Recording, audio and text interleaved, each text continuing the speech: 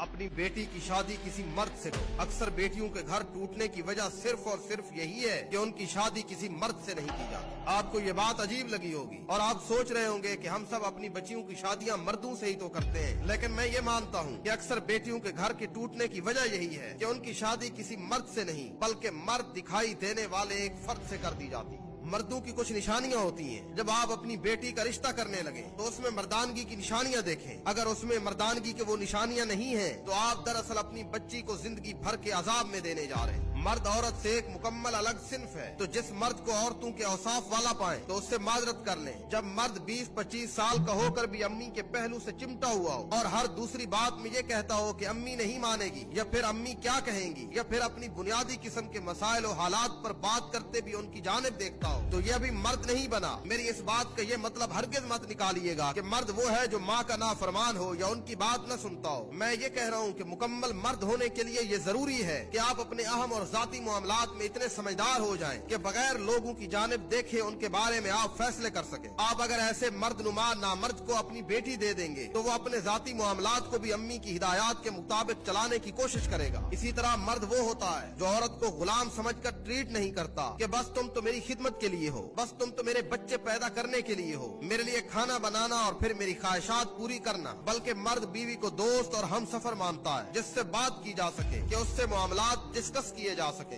मर्द औरत को एतमाद देता है। मर्द औरत को ये बताता है कि तुम्हारी राय मेरे लिए अहम है, मैं तुम्हारी और तुम्हारी राय की कदर करता हूँ। मर्द औरत पर कभी वाशियाना तशद्दुद नहीं करता। वो उससे नाराज हो सकता है, शदीद लड़ाई में नाराज होकर उससे दूरी इख्तियार कर सकता है, लेकिन उस पर कभी वाशियाना तशद्दुद नहीं कर सकता। जिस घर के बारे में पता चले कि वहाँ औरतों पर वाशियाना तशद्दुद किया जाता है, चाहे उसका भाई करता है या उसका बाप करता है, उस घर से दूर रहे, क्योंकि उस घर में यही सिखाया गया और वो आपकी बच्ची के साथ भी यही करेंगे। और असल मर्द वो होता है जो सिर्फ अपने बनाव सिंगार में न लगा रहे, बल्कि उस मर्द में अल्लाह का खौफ हो और अपने ईमान को बचाने की फिक्र हो। बेटी हमेशा उसको दो जिसके दिल में खौफ खुदा हो। वो आपकी बेटी के बारे में भी अल्लाह से डरेगा। तुमने सब कुछ देखा, मकान देखा, डिग्री देखी, तुमने उम्र देखी, शक्ल देखी, तुमने दांतों का कलर तक देखा, तुमने उसके चलने का स्टाइल देखा, और अगर तुमने कुछ नहीं देखा तो वो उसकी मर्दानगी थी और उसके दिल में पाया जाने वाला अल्लाह का खौफ था।